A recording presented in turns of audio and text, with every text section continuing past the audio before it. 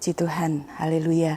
Kita bertemu kembali di dalam Renungan 79, karena berkat dan kemurahan Tuhan kita boleh ada sebagaimana kita ada hari ini. Pada minggu ini kita sudah sampai pada pembacaan di Yohanes pasal 18, dan saya ingin mengajak Bapak Ibu untuk melihat salah satu tokoh dalam Alkitab, yaitu Petrus. Yesus memberi nama kepada Petrus dengan satu arti nama batu karang atau the rock, ya. Petrus diberi nama demikian untuk melambangkan sikap yang tegar atau kokoh dalam iman kepada Kristus. Nah, kita belajar dari Petrus. Petrus punya satu nama yang berarti batu karang dan diharapkan dia punya hati yang teguh di dalam Tuhan. Dan kita akan belajar dari Yohanes 18 apa yang terjadi dengan hati Petrus. Ya, hati adalah bagian kehidupan yang mempengaruhi pikiran, perasaan, dan perilaku. Dalam pembacaan kita hari ini kita akan belajar melihat beberapa keadaan hati dari Petrus. Saya mengajak Bapak Ibu Saudara sekalian melihat dalam Yohanes 18 ayat yang ke-10. Ini ada satu peristiwa saat Yesus ditangkap di taman. Yohanes 18 ayat 10 saya akan bacakan. Lalu Simon Petrus yang membawa pedang menghunus pedang itu, meletakkannya kepada hamba imam besar dan memutuskan telinga kanannya. Nama hamba itu Malkus. Ya. Yang pertama kita belajar dari pembacaan di Yohanes ini, Petrus mempunyai hati yang berani. Ya. Ketika Yesus akan ditangkap, Petruslah yang kemudian maju dan kemudian mengambil pedangnya, bahkan menghunus pedangnya sehingga memutuskan telinga Malkus, ya. Dan meskipun untuk hal itu Yesus menegur dia, bahkan ketika Yesus ditangkap dan firman Allah dalam Lukas mencatat murid-muridnya tercerai-berai lari, ya, Petrus termasuk salah satu orang yang kemudian mengikuti Yesus meskipun dari jauh. Ya, Yohanes 18 ayat 15 mencatat demikian, saya akan bacakan. Simon Petrus dan seorang murid lain mengikuti Yesus. Murid itu mengenal imam besar dan ia masuk bersama-sama dengan Yesus ke halaman istana imam besar. Petrus mempunyai hati yang berani. Dia tetap mengikuti Yesus meskipun dalam jarak yang jauh. Tetapi saya ingin kita kemudian melihat kisah ini dalam waktu yang tidak lama. Hati Petrus yang berani kemudian begitu cepat berubah. Di ayat 16 kita akan baca apa yang terjadi. Tetapi Petrus tinggal di luar dekat pintu. Maka murid lain tadi yang mengenal imam besar kembali keluar bercakap-cakap dengan perempuan penjaga pintu lalu membawa Petrus masuk.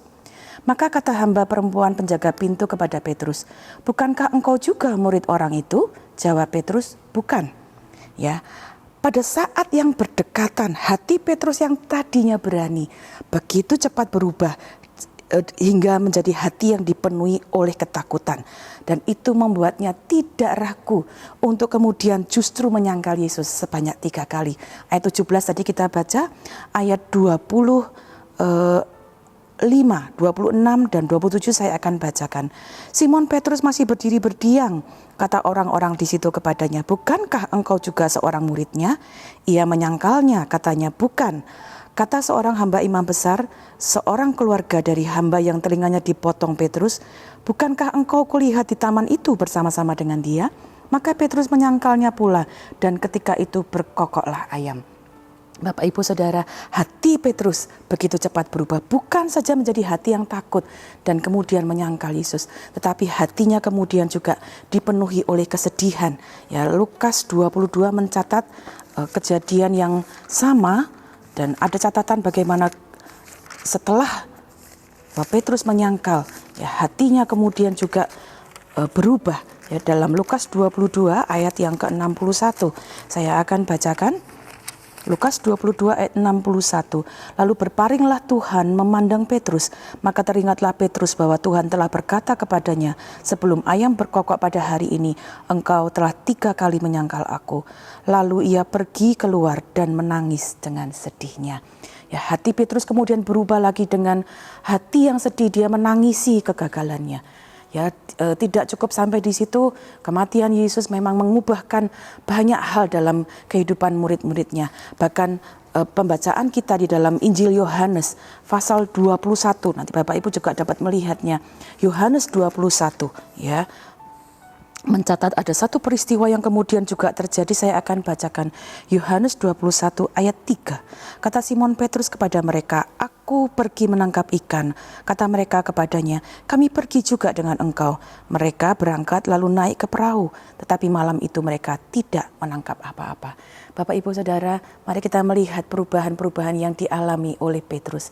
Hati yang berani menjadi hati yang takut, hati yang dipenuhi oleh kesedihan, bahkan mungkin saya dapat simpulkan hati yang dipenuhi oleh kekecewaan. Karena banyak peristiwa, banyak masalah kehilangan yang dialami oleh Petrus, ya, kemudian membuat dia mengalami kekecewaan. Dan Yohanes 21 ayat 3 mencatat Petrus memutuskan untuk melakukan kembali aktivitas yang dulu dia lakukan, pergi menangkap ikan, kembali kepada pekerjaan yang lama yang dia lakukan. Perubahan-perubahan hati yang sedemikian kadangkala juga menjadi bagian dalam perjalanan hidup kita. Bukankah kita juga kadangkala seringkali begitu mudah mengalami perubahan-perubahan dalam hati kita, dan itu mempengaruhi perasaan kita, mempengaruhi pikiran kita, bahkan mempengaruhi perilaku dalam iman kita. Nah, Bapak, Ibu, Saudara, dalam hal-hal yang kita alami dengan hati kita, mari saya ingin kita kemudian menyadari ada dua hal yang perlu kita ingat sehubungan dengan hati kita yang mudah berubah. Hati kita yang kadangkala dipengaruhi oleh begitu banyak keadaan-keadaan yang kita alami. Mari kita ingat, sadari ada dua hal. Yang pertama, Tuhan mengenal hati kita.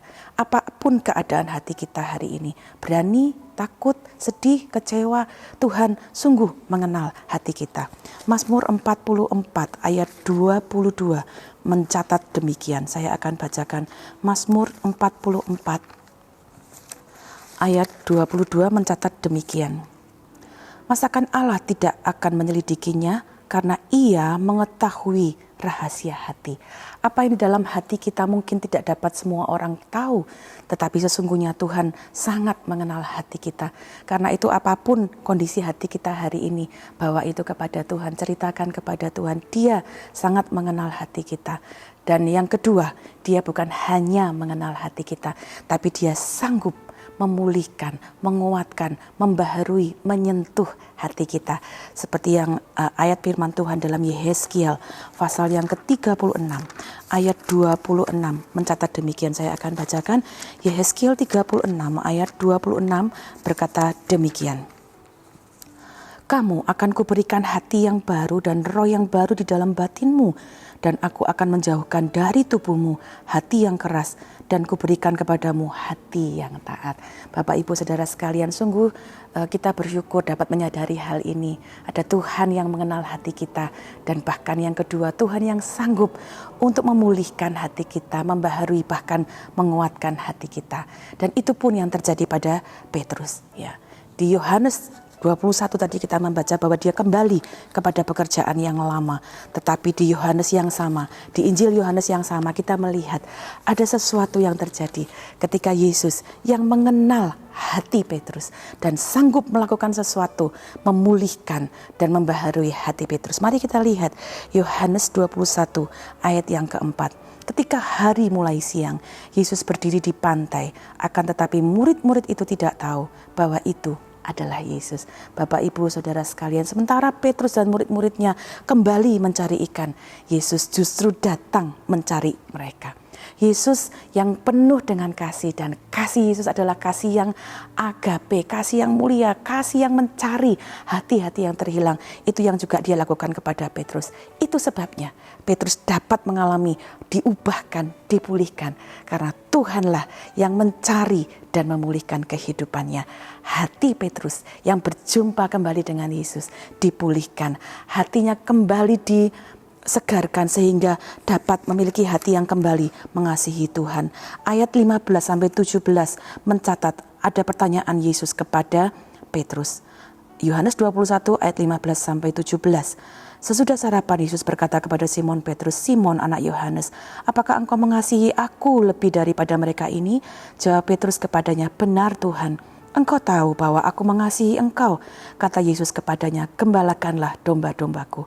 Ayat 16, kata Yesus pula kepadanya untuk kedua kalinya, Simon anak Yohanes, apakah engkau mengasihi aku? Jawab Petrus kepadanya, benar Tuhan, engkau tahu bahwa aku mengasihi engkau. Kata Yesus kepadanya, gembalakanlah domba-dombaku. Ayat 17, kata Yesus kepadanya untuk ketiga kalinya, Simon anak Yohanes, apakah engkau mengasihi aku? Maka sedih hati Petrus karena Yesus berkata untuk ketiga kalinya, apakah engkau mengasihi aku? Dan ia berkata kepadanya, Tuhan, engkau tahu segala sesuatu. Engkau tahu bahwa aku mengasihi engkau. Kata Yesus kepadanya, gembalakanlah domba-dombaku. Yesus memulihkan, membaharui hati Petrus, sehingga hati yang dipulihkan adalah menjadi hati yang mengasihi Tuhan, bahkan dipakai untuk mengasihi sesama. Tidak sampai di situ saja, Kisah Para Rasul mencatat ketika Roh Kudus turun, hati Petrus menjadi hati yang dipenuhi oleh Roh Kudus. Itu sebabnya dia mengalami perubahan hati yang luar biasa. Hatinya bukan hanya menjadi hati yang baru, hati yang dipenuhi kasih, tetapi bahkan menjadi hati yang berkobar-kobar. Kisah Para Rasul 4 Kisah Para Rasul 2 ayat 14 mencatat bahwa Petrus kemudian berdiri di depan orang banyak untuk menyampaikan firman Allah. Dia berkhotbah dengan luar biasa. Bahkan Kisah Para Rasul 4 ayat 41 mencatat demikian. Orang-orang yang menerima perkataannya itu memberi diri dibaptis, dan pada hari itu jumlah mereka bertambah kira-kira 3.000 jiwa. Bapak Ibu Saudara, kehidupan Petrus yang mengalami perubahan, hatinya berkobar-kobar bagi Tuhan, menjadi berkat bagi banyak orang, sehingga hidupnya boleh mewartakan kasih Kristus dan membawa banyak orang juga percaya kepada Kristus. Hari ini apa keadaan hati kita? Mari bawa kepada Dia yang mengenal hati kita, bahkan sanggup mengubahkan hati kita, membaharui, menguatkan, sehingga hati kita bukan menjadi hati yang hanya dipenuhi oleh kesedihan, ketakutan, atau hal-hal yang negatif, tapi menjadi hati yang baru, dipenuhi kasih kepada Tuhan, kasih kepada sesama, dipenuhi oleh Roh Kudus, menjadi hati yang berkobar-kobar untuk mengasihi dan melayani Tuhan. Bahkan Petrus akhirnya pun menggenapi nama yang diberikan Yesus kepadanya. Petrus, batu karang, Petrus, batu yang teguh. Ya, dia juga akhirnya memiliki hati yang teguh. Sejarah mencatat, Petrus tetap percaya kepada Tuhan sampai akhir hidupnya. Dia tetap setia kepada Tuhan. Mari kita pun juga memiliki hati yang setia kepada Tuhan, hati yang tetap teguh kepada Tuhan. Yesaya 26 ayat 3 mencatat demikian. Yesaya 26 ayat 3, yang hatinya teguh kau jagai dengan damai sejahtera, sebab kepadamulah ia percaya. Bapak Ibu Saudara sekalian, mari kita pun belajar dari Petrus. Hatinya pernah goyah, hatinya pernah berubah dalam ketakutan, kesedihan, dan hal-hal yang lain. Tetapi ketika berjumpa dengan Yesus, hatinya diperbaharui. Dan hari ini saya percaya kasih Tuhan yang sama, Tuhan yang membaharui hati Petrus, sanggup juga membaharui hati saya, hati Bapak Ibu Saudara sekalian, sehingga hati kita berkobar untuk Tuhan, hati kita tetap teguh sampai selama-lamanya dalam iman kepada Tuhan Yesus Kristus. Kiranya kita memberi hidup kita untuk mengalami sentuhan Tuhan di dalam hati kita. Tuhan Yesus memberkati. Mari kita berdoa bersama-sama. Bapa di dalam surga, terima kasih. Kami bersyukur mempunyai Allah yang luar biasa, yang mengenal hati kami, mengenal keberadaan kami, mengenal situasi yang kami alami, bahkan keadaan hati yang terdalam sekalipun. Kami mau belajar terbuka di hadapan-Mu ya Tuhan.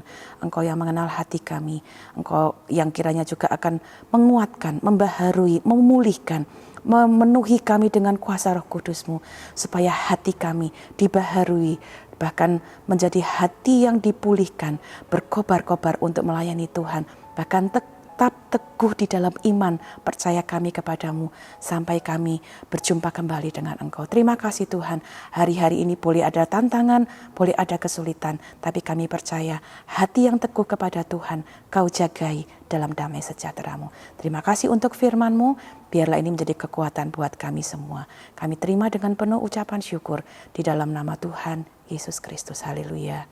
Amin.